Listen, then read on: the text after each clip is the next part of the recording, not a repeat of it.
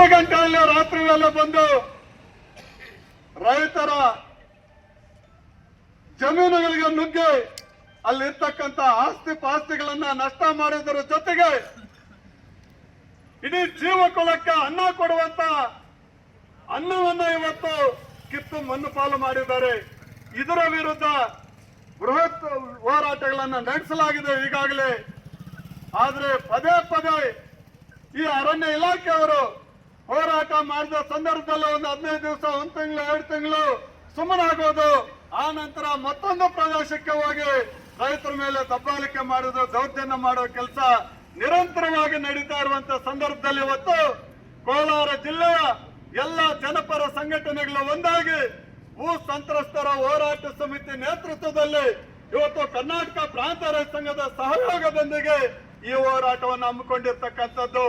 ಈ ಹೋರಾಟದ ಮುಖ್ಯ ಉದ್ದೇಶ ರೈತರ ಮೇಲೆ, ರೈತರ ಕೃಷಿ ಮೇಲೆ ಅರಣ್ಯ ಇಲಾಖೆಯ ಗೂಂಡಾಗಿರಿ ನಿಲ್ಲಬೇಕು. ಆ ರೈತರ ಮೇಲೆ ಏನ್ ಮಾಡ್ತಾರೋ ಅವರನ್ನ ಜೈಲಿಗೆ ಕಳಿಸಬೇಕು ಅಂತಕ್ಕಂಥದ್ದು ಮೊದಲನೇ ಬೇಡಿಕೆ. ಇಲ್ಲ, ನಿಮಗೆ ಆ ಯೋಗ್ಯತೆ ಇಲ್ಲ ಅಂತಂದ್ರೆ ರೈತರನ್ನ ನೀವು ಜೈಲಿಗೆ ಕಳಿಸಿ, ಅಲ್ಲಿ ನಮಗೆ ನೀವು ಊಟ ಹಾಕಿ, ಇಡೀ ನಮ್ಮ ಕುಟುಂಬಗಳ ಜೈಲಲ್ಲಿ ನಾವು ಜೀವನ ಮಾಡ್ತೇವೆ ಅಂತ ಹೇಳಿ ಇವತ್ತು ಎಚ್ಚರಿಕೆಯನ್ನ ಕೊಡ್ಲಿಕ್ಕೆ ಬಂದಿರತಕ್ಕಂತ ಒಂದು ಸಂದರ್ಭ ಇದು. ಹಾಗಾಗಿ ಈ ಒಂದು ಅಂತಿಮ ತೀರ್ಮಾನವನ್ನ ಮಾನ್ಯ ಜಿಲ್ಲಾಧಿಕಾರಿಗಳು ಇವತ್ತು ತಗೋಬೇಕು. ಸಂಬಂಧಪಟ್ಟಂತ ಮಂತ್ರಿಗಳ ಜೊತೆ ತಾವು ಮಾತಾಡಬೇಕು. ಇದಕ್ಕೆ ಪರ್ಮನೆಂಟ್ ಆಗಿ ಪರಿಹಾರ ರೂಪಿಸಬೇಕು ಅಂತ ಹೇಳಿ ಮಾನ್ಯ ಜಿಲ್ಲಾಧಿಕಾರಿಗಳಲ್ಲಿ ವಿನಂತಿ ಮಾಡ್ತಾ ಇದ್ದೀವಿ. ಈ ಸಂದರ್ಭದಲ್ಲಿ ಕಾರ್ಮಿಕ ಮುಖಂಡರುಗಳು ಇಲ್ಲಿ ಬಂದಿದ್ದಾರೆ, ನಮಗೆ ಬೆಂಬಲವನ್ನು ಕೊಡ್ಲಿಕ್ಕೆ. ಹಾಗೆ ವಿವಿಧ ರೈತ ಪರ ಸಂಘಟನೆಗಳ ಮುಖಂಡರುಗಳು ಇಲ್ಲಿ ಬಂದಿದ್ದಾರೆ ನಮಗೆ ಬೆಂಬಲ ಕೊಡ್ಲಿಕ್ಕೆ. ಮೊದಲನೇದಾಗಿ ಈ ಒಂದು ಹೋರಾಟ ಸಮಿತಿಯ ಸಂಚಾಲಕರಾಗಿರ್ತಕ್ಕಂಥ ಮುಳಬಾಗಲ್ ಗೋಪಾಲನ್ ಅವರಿದ್ದಾರೆ. ಹಾಗೆ ಮತ್ತೊಬ್ಬ ಸಂಚಾಲಕರಾಗಿರ್ತಕ್ಕಂಥ ಶ್ರೀನಿವಾಸನ್ ಆರ್ ಅವರಿದ್ದಾರೆ. ಹಾಗೆ ಎಲ್ಲ ಪದಾಧಿಕಾರಿಗಳು ಇಲ್ಲಿದ್ದಾರೆ.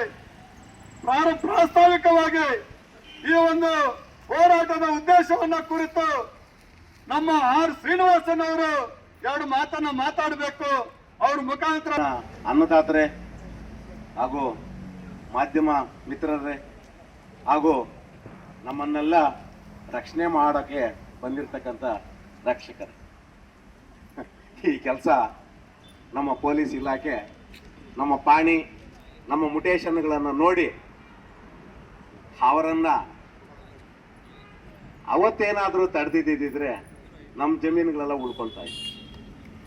ನಮ್ಮ ದುರಾದೃಷ್ಟ ಯಾವ ಪಾಣಿನೂ ತೋರಿಸ್ಲಿಲ್ಲ, ಅವರು ಯಾವ ಆದೇಶಗಳನ್ನು ತೋರಿಸ್ಲಿಲ್ಲ. ಯಾವುದೋ ಒಂದು ಕಿತ್ತೋಗಿರೋ ಪೇಪರ್ನ ಇದೆ ಸುಪ್ರೀಂ ಕೋರ್ಟ್ ಆದೇಶ, ಇದೆ ಸೆಂಟ್ರಲ್ ಗವರ್ಮೆಂಟ್ ಆದೇಶ ಅಂತೇಳಿ ಇಡೀ ಪೊಲೀಸ್ ಇಲಾಖೆಯನ್ನ ಯಾಮಾರಿಸ್ಬಿಟ್ರು. ಯಾವುದೇ ಪೊಲೀಸ್ ಇಲಾಖೆ ಯಾವುದಕ್ಕೂ ಯಾಮಾರಬಾರ್ದು. ರೈತರು ನಾವು, ಅನ್ನದಾತರು, ಅನಕ್ಷರಸ್ಥರು ನಾವು. ನಮಗೆ ಆ ಪೇಪರ್ನಲ್ಲಿ ಇರ್ತಕ್ಕಂಥ ಅಕ್ಷರಗಳೇ ಕಾಣಲಿಲ್ಲ, ನಮ್ಮನ್ನ ಯಾಮಾರಿಸ್ಬಿಟ್ರು. ನಮ್ಮನ್ನ ಯಾಮಾರಿಸಿದ್ರು ಸ್ವಾಮಿ, ನೀವು ಯಾಮಾರ್ಬಿಟ್ರಿ. ದಯವಿಟ್ಟು ಕ್ಷಮಿಸಿ. ನಾನು ಯಾಕೆ ಈ ಮಾತನ್ನ ನಾನು ನೋವಿನಿಂದ ಹೇಳ್ತಾ ಇದ್ದೀನಿ ಅಂದ್ರೆ, 1 ವರ್ಷ ಆಯ್ತು ನಮ್ಮ ಜಮೀನುಗಳನ್ನ ನಾವು ಕಳ್ಕೊಂಡು.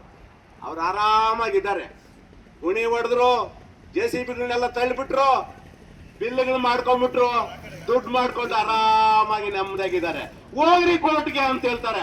ನೋಡ್ರಿ, ಇವರು ಕೋರ್ಟ್ಗೆ ಹೋಗುವಂತ ಏಜೆಂಟ್ಗಳು, ಹೇಳುವಂತ ಏಜೆಂಟ್ಗಳು, ಕೋರ್ಟ್ಗೆ ಹೋಗ್ರಿ ಅಂತ ಹೇಳುವಂತ ಏಜೆಂಟ್ಗಳು. ಕ್ಷಮಿಸಿ ಸರ್, ನೋವುದಿಂದ ನಾನು ಹೇಳಿದೆ.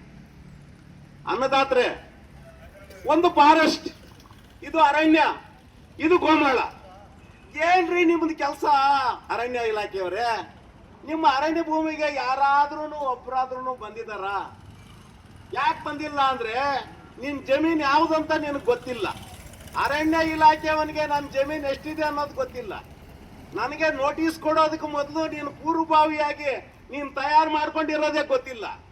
ನಿನಗೆ 1963 ಸೆಕ್ಷನ್ 64 ಆಗ್ತೇ ಗೊತ್ತಿಲ್ಲ. ಆ ಆಕ್ಟ್ ಏನಾದ್ರೂ ಗೊತ್ತಿದ್ದಿದ್ದು